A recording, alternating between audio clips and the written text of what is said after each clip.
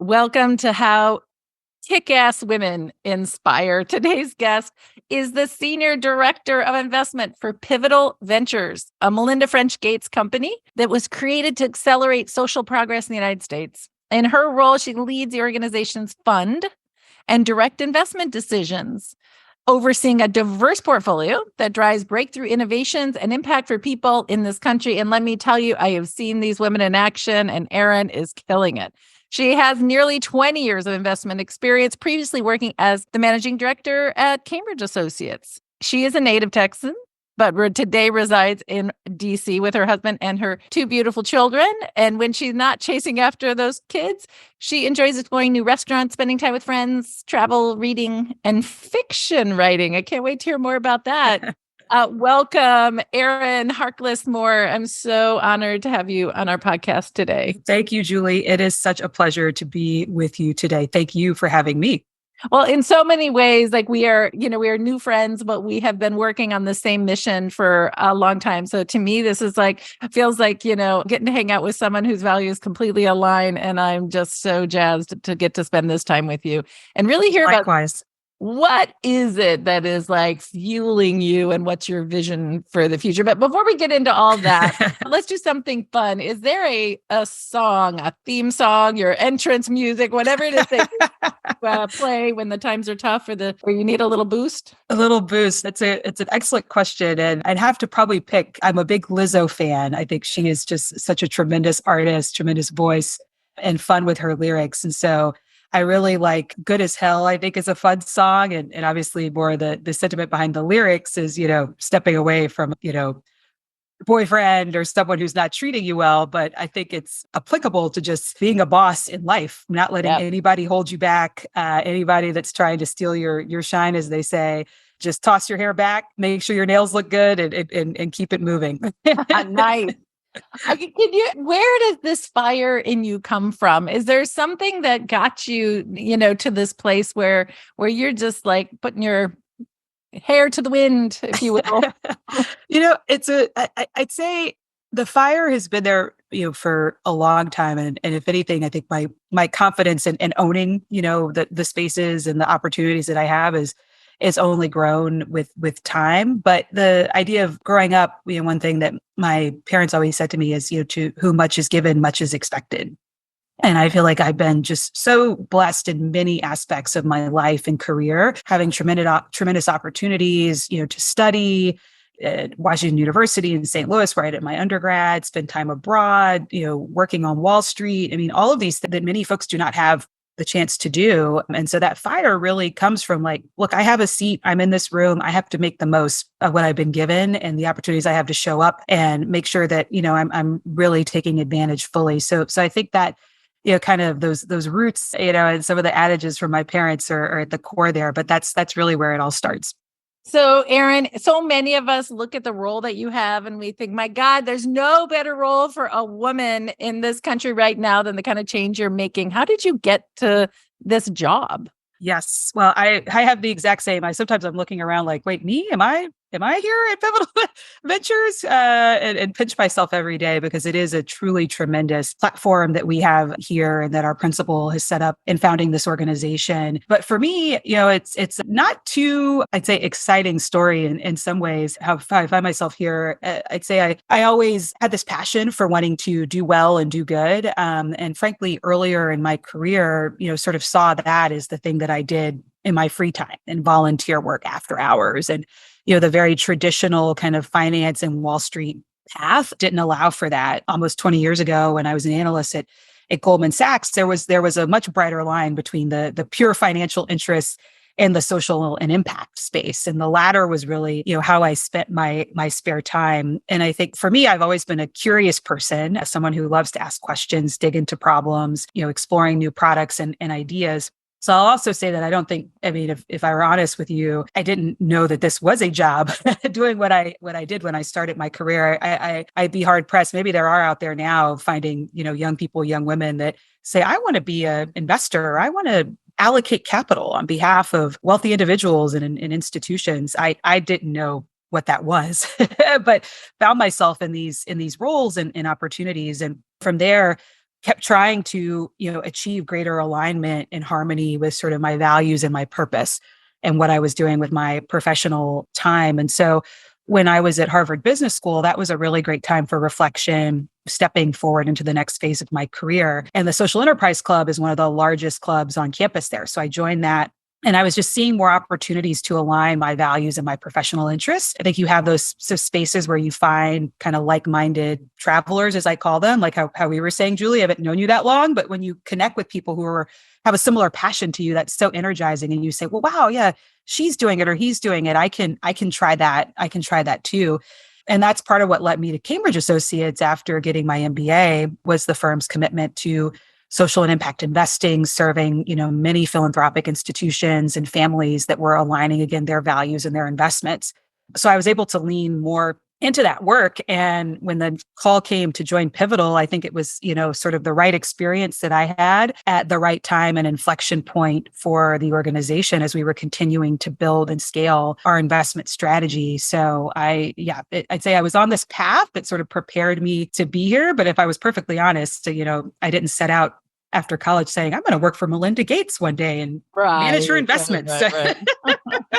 Well, I think that's often the moral of our lifetime stories is like, I was in the right place at the right time. I mean, obviously you're extraordinarily prepared and its values aligned. There's a million reasons why it's perfect for everybody involved. But yeah, you're so humble, Erin, though. You're such a spectacular, your historical commitment and in seeing how you scaffolded your career is a lesson for so many people. And like my kids are 27 and 30, and I keep talking to them about like, you're building the foundation now, but you need to get to that place where you're aligning your values and your work to truly be in that sweet spot. So you just mentioned the strategies of Pivotal. Can you tell me a little bit more, like what is that strategy and why is it unique right now in the market? What's different? So we're on a mission at Pivotal Ventures to bring more opportunity and equality to people in the United States. And gender is a huge component of that mission and the impact that we're trying to drive. Our principal, Melinda, has been a long time advocate for women and girls and really stepped back in founding Pivotal and saying,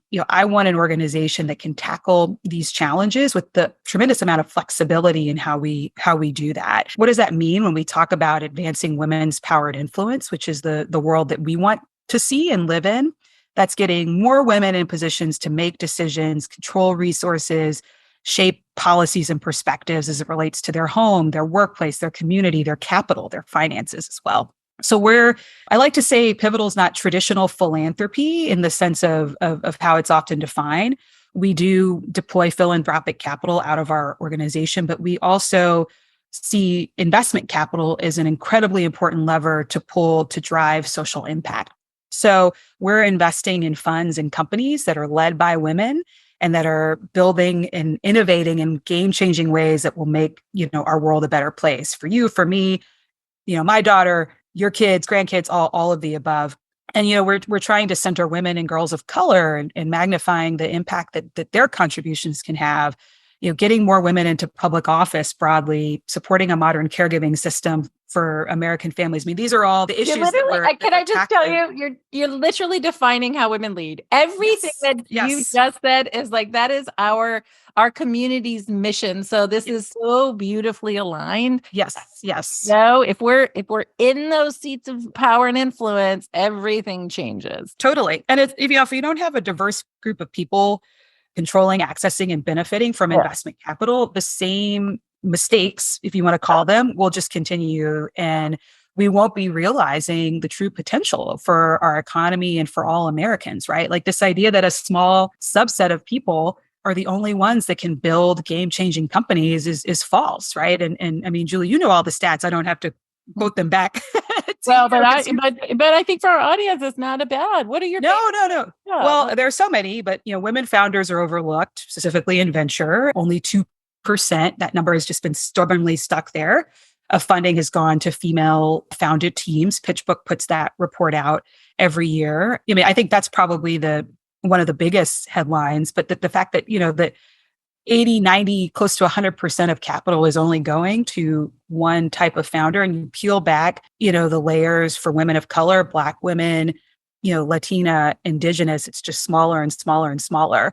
And I think, again, data shows that when you have a more heterogeneous group of people making decisions, you have better outcomes, right? So we want to correct for some of these failures that the market is seeing and unleash new solutions by investing more in women. So do you have one that's your favorite? Do you have one that is like, this is the one that I really pushed hard to get over the threshold, or? In terms of investments or? Yeah, an investment that you feel like this was my baby and it's winning. It's a great question. It's almost like, I love all of my children equally in the portfolio. It is hard to pick just one. I mean, I would point to, and some of this predated my arrival, the groundwork for the strategy. But as I mentioned, the care economy is a $648 billion market, bigger than the pharmaceutical industry. And we saw that gap and helped to incubate and anchor a fund called Magnify Ventures that's led by an amazing duo of investors, Julie Rabluski and Joanna Drake. And they're investing in technology that supports modern families across a variety of different thematic areas in that bucket, right? So I take a lot of joy in sort of having been able to help bake that cake, so to speak, and see Magnify exceed their fundraising target and be out there and now, investing in a whole host of exciting solutions. But, I think that there's some others, that we've invested in even over the course of the last year and change that have announced closes somewhat recently, like Cake Ventures, led by Monique Woodard, Chingona Ventures, led by Samara Hernandez, Lead Out Capital, led by Ali Rosenthal. I mean, all of these are women that are pushing into different segments, thematic areas. Monique and Cake investing in changing demographics. Samara looking at overlooked consumers. Ali investing in really gritty, under sort of appreciated founders at the pre-seed. So again, I could go on and share more examples from our portfolio, but those are, just 3 or 4 that really jump out that I, am just thrilled to see how they continue to evolve and grow their firms. So you're talking about women-run venture firms that are, Yes. Their investments are game-changing. So Yes. There's an article that just came out, I think this morning, that said that we're really seeing drying up of LP commitments to women-run venture firms. Yeah. There's been an explosion in the last 5 to 10 years, right? We have lots of women-run venture firms, but they're pretty small. What are you seeing as both the challenge and the opportunity in the space? I mean, if you were to ask me, I mean, a sort of derivative of that question, what keeps me up at night or what worries me, it's just that people are pulling back from commitments to investing in diverse fund managers and women-led funds. If anything, here at Pivotal, we have our foot firmly on the gas and see the imperative to continue doing this. But I think to get deeper into your question, Julie, it really is what is behind that challenge. I mean, I think it's that a lot of investors look to patterns and things that sort of have worked in the past. And, unfortunately, we often don't have the same number of data points to point to, even though, again, a lot of the data shows that, when you're investing in women, they exit faster at higher multiples, right? In terms of female Harvard founders. just came out with a report saying 63 or 65% better returns for their investors. I mean, better returns for their investors. Fantastic, but they don't change exactly behavior. Exactly. But I think some of it is, again, reframing, because so many women might come with different, and this is true of anyone, but say, you've been a successful operator or you've worked in another industry, right? And that ability to make the transition over from as an angel investor, say, to an institutional investor, people that sit in my seat have to be willing to, again, I never say lower the bar. I think it's what risks and questions are you trying to assess? Because just because someone is a first-time fund, it does not mean that they're a first-time investor. And so I think a lot of some of that bias, frankly, is what holds women back from both sides, right? I mean, I've talked to many women who say, well, I'm only going to raise 50, or they'll ask me the other way around, how much money should I raise? I say, well, what is your strategy? Yeah. What is your strategy support? Well, Erin, I don't know if I can raise that amount of capital. I said, I hear you, but if your strategy requires X, you should be willing to go out and raise X, because that's how you're going to be measured by the market. If you're not, she wasn't able to get the right ownership percentages, she didn't size the positions appropriately. Well, that's because you maybe had a smaller fund. So it's from both sides. I think there's an element of sort of, I don't want to say doubt, but just because the signals haven't validated themselves that, women, we might limit what we think we can go out and raise as well. But so it's a problem on both sides of the table for sure. I'm not asking for permission anymore. I'm not asking for a seat at the table. My friends, this is the first generation of us. We have a huge opportunity. We have power and influence and wealth. And we can start building the tables where we get the prime seats.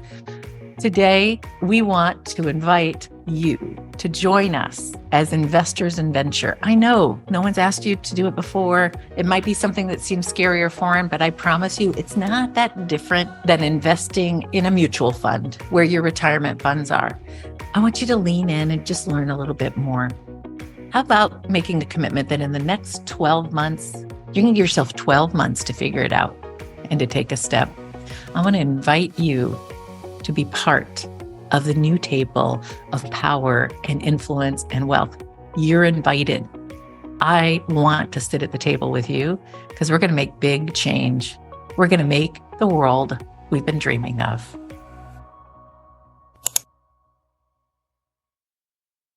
Well, I'm always going to be the one that's going to say, and women get that caution, honestly, like, it is expensive to put yourself out there and to not have a good response. So what do you see as the game changer for this space? Do you have a crystal ball for us about what you see is going to move from this stubborn 2%, especially when right now capital is being constricted a bit? Yep. I come back to, and this is why I love this business, is the results. I think performance in the data, and I know that's perhaps an unsatisfying answer in some regards, because in the space that we're operating in venture, it does take time for the results to play out. But I truly believe that's, and we've been trying to be a part of some of those conversations, sharing some of the successes and also maybe the things that haven't worked as well too. But pointing to, as you asked earlier, what are some of the examples in your portfolio? Each subsequent fund, raising a larger fund, really leading, becoming category defining firms in this sector. I think that's what it's going to take. But at the end of the day, if you're delivering great performance back to your investors and being a good partner to your founders, at least in terms of the female fund manager side, and again, that will translate to hopefully more dollars getting to female founders as well. If we have more diverse check writers, more diverse people making the decisions, I think the results will speak for themselves. So we've talked a bit about venture and about pivotal, but let's talk about you. You are such an extraordinary leader and have such a beautiful reputation. Why do you think your reputation is so stellar? What is it about you as the leader and either values or specific skills, things you've learned? I go back to, and now again, as a mom myself, something my mom said to me, when I was much younger, heading off to school. She said, just be kind. Everyone is not going to like you, and you're not going to like everybody either. There are some not great people out in the world, but that kind of golden rule, do unto others as you'd have them do unto you. Be transparent and be kind. I think people really respect that. And I don't want to mistake kindness for niceness. As I think that can be a dangerous sort of term where women feel like, or she's too nice or she's not tough enough. You can be kind and still be tough. Yes. And I think that's something that I've always tried to hold true, and just stepping back, before reacting or think, how would I feel if I were sitting on the other side of the table? Let me put myself in that other person's shoes. And, whatever industry you're in, people stay tight. And I've now had folks I have encountered many, many moons ago who pop up in places, and you never know what side of the table you might be on or they might be on. You were their client once, now they're your client. You invested in them once, now they're investing in you. So I think that kindness, that empathy, just, the being willing to listen and being willing to own, mistakes or when you don't know something. I think I, have had the benefit of great education and learning and credentials and all these things, but there are plenty of people out there that are way smarter than I am. And I think that just sense of knowing what you don't know and just being honest, I think that earns you a lot of respect and trust as a leader. And that's played out, at least for me in my career so far. Well, thank you very much for sharing that philosophy. When you're in venture, like you are and I am, and I'll just I went to social work. I have a graduate degree in social work from the University of Chicago. And the very first day in class, what they said to us is, listen, you may think you're in a position, everybody else has power and you don't when you're in this changing the world business, but you have power over who gets into the door. You have all kinds of power. And when you have power over people, it creates a really messy and interesting dynamic that you have to be super cautious of. Yep. I'm going to clip this message that you just shared. So many people need to understand this message. And I think some people, you're in a position of decision-making and power for a while. And then there becomes a moment when you're not. And if you're not kind and you're not leaving a trail of good, honest, but kind interface with people, I think it can really have a ripple effect. It totally can. And I think particularly in this seat, that I'm sitting in now at Pivotal, I said to someone there, I was really beat up about having to give a no to a woman that, we'd spent some time with and we're not going to invest. And we were discussing this as a team and we all kind of agreed, said, if this weren't hard, we need to all find new jobs. Right. Yeah. And it was a no. And I was saying a no for now. As you know, Julie, in this business, nothing is ever permanent, permanent no. But in doing that, I still tried to lift a hand down and say, I'm going to get to know hopefully as quickly as possible. And what else can I do to be helpful? Yeah. And I would like to think that, plays out because like you said, if you get too high, in your seat, you may not be sitting in that seat. Yeah. You don't know what the future holds.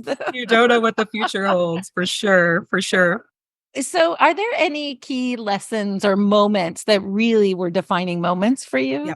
Oh, goodness. I think I can think of a couple, but one is just, again, back to asking questions. And I sort of saw that play out at several points in my career with very senior folks who you would sort of assume. I'm thinking of some examples both at Cambridge Associates, Goldman Sachs, and basically everywhere I've worked, right? Getting the opportunity to be working on a project or research or serving a client alongside, someone who was very tenured and seeing the prep that they put into getting ready. I just assume, oh, she just shows up and, is ready to do this meeting. No, they're working hard. Yeah. I mean, I think that really stuck in my mind of you have to come, do the meeting before the meeting. The prep is so essential for a variety of reasons, not just because, again, you're going to look great, but I think it helps to, diffuse situations, put the best foot forward, have the most productive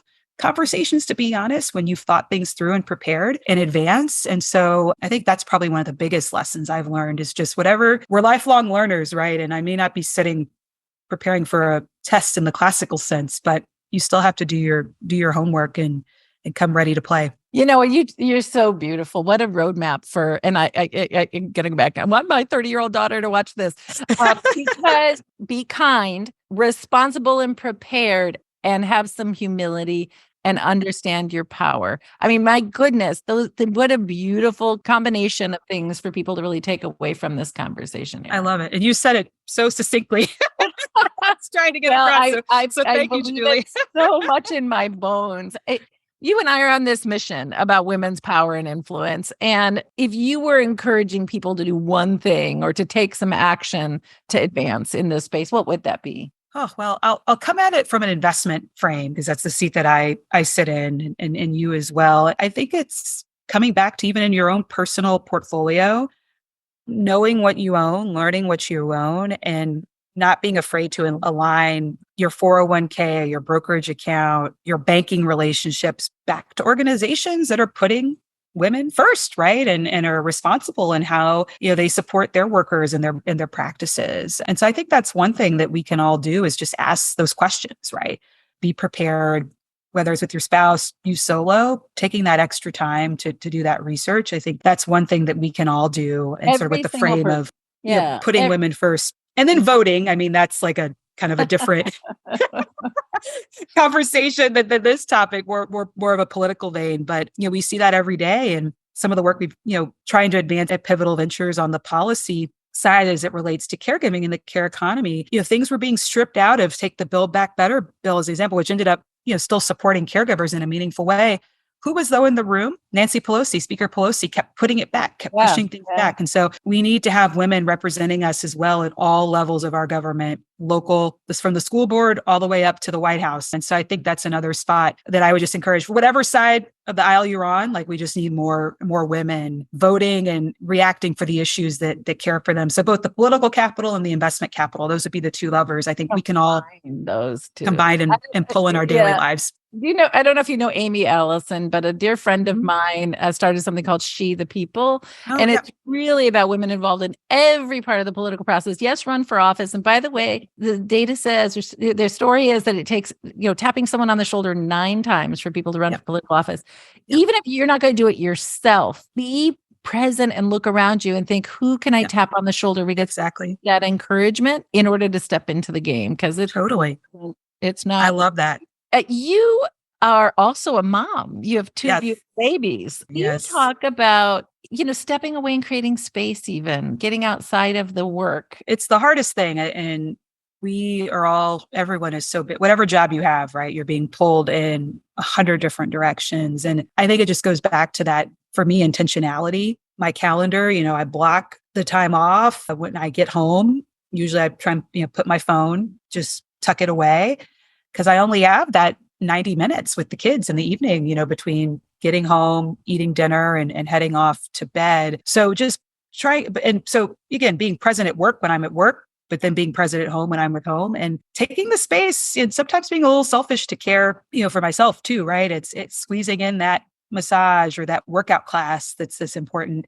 The brunch, as I mentioned in And you my can't bio, be I present love every waking hour, you can be right? present So, at waking hours. So you yeah, kind of you have gotta to have that. pull out and take the time for you, right? And I think having a partner that respects that and that we both give each other the space to do that. When my husband is like, I'm going to the gym, that's his 2 hour block to go to the gym. But same turn when I'm saying I'm going to go do my exercise class, I'm going to go have brunch with my girlfriends because that's going to really bring me energy and joy, or try this new restaurant. You just put it on the calendar. I'm a firm believer if something's on the calendar, it will happen. Yeah. So Yeah. that's really what I try and do, is just create those spaces in time, whether it's, again, if I've taken a day off to spend with my kids, really taking that day off and being with my kids. If it's a day for myself, or plowing and digging in on the work too. But I think it's important to kind of separate all of that out because, like you said, it's always something. So you have to make the time. You have to make the time. My kids are 27 and 30, and they're exceptional. They won the genetic lottery, and life's great for them. And I think their biggest thing is the times that were most painful was when I wasn't present, when I Yep. was multitasking. Like I would try Right. and work from home on Fridays. It was actually harder on them when I was working from home and not Yep. present. So what you just said is really beautiful. And how do you make sure, what do you have to do to care for yourself in your commute home or whatever? Yep. So when you get home, you're thoroughly present. And I Yes. would just say, like, give yourself a pass. They're going to be fine. They'll be fine. Regardless, you just That's do the best I you appreciate can. you. I appreciate you say that, Julie, because sometimes you're in these moments where, I mean, to a tangible this morning, my daughter, they had spring break last week. The transition back to school was kind of rough, and she didn't want to go in this morning. And I felt kind of the tug at my heartstrings, and they were kind of lingering at the door. One of the teachers kind of gave me the thumbs up that she Yeah. was going in.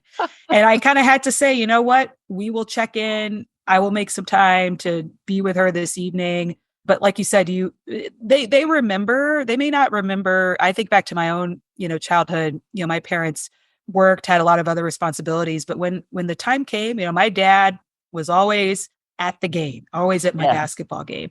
My mom always had that delicious meal. That was her love. Like, she loves to cook. So those are the things that you remember, not that, you were at every single event, but it's when you showed up, you really gave it 100%. What a special time to talk to you. I feel like what you've done is you've sort of shown the reality of it to us and sort of those really clear things that we can all use as examples. So thank you very much for your beautiful work, for our aligned missions. My goal is for you to win. Likewise. That's why Yeah. that's why I love this conversation. It's just such a pleasure to be in community with you and everything that you're building and have built, Julie. I mean, it's tremendous. You could be spending your time doing a lot of things, and you're putting every minute into empowering and uplifting women. So thank you as well. All right. Well, in sisterhood, we are going to see the equitable future that we want to see. Yes. Thank you all for joining us today. Erin, how can people find you on LinkedIn, or is there another social? LinkedIn is probably the best spot. I am on Twitter, Erin_Harkless, with a small number of followers, but you can also find me there. And then please also follow Pivotal Ventures at Pivotal Ventures across all channels, LinkedIn, Twitter, Instagram, etc. So follow me, directly, and also Pivotal if you want to stay abreast of all of the work that we're doing. Thank you. Have a wonderful day, everyone.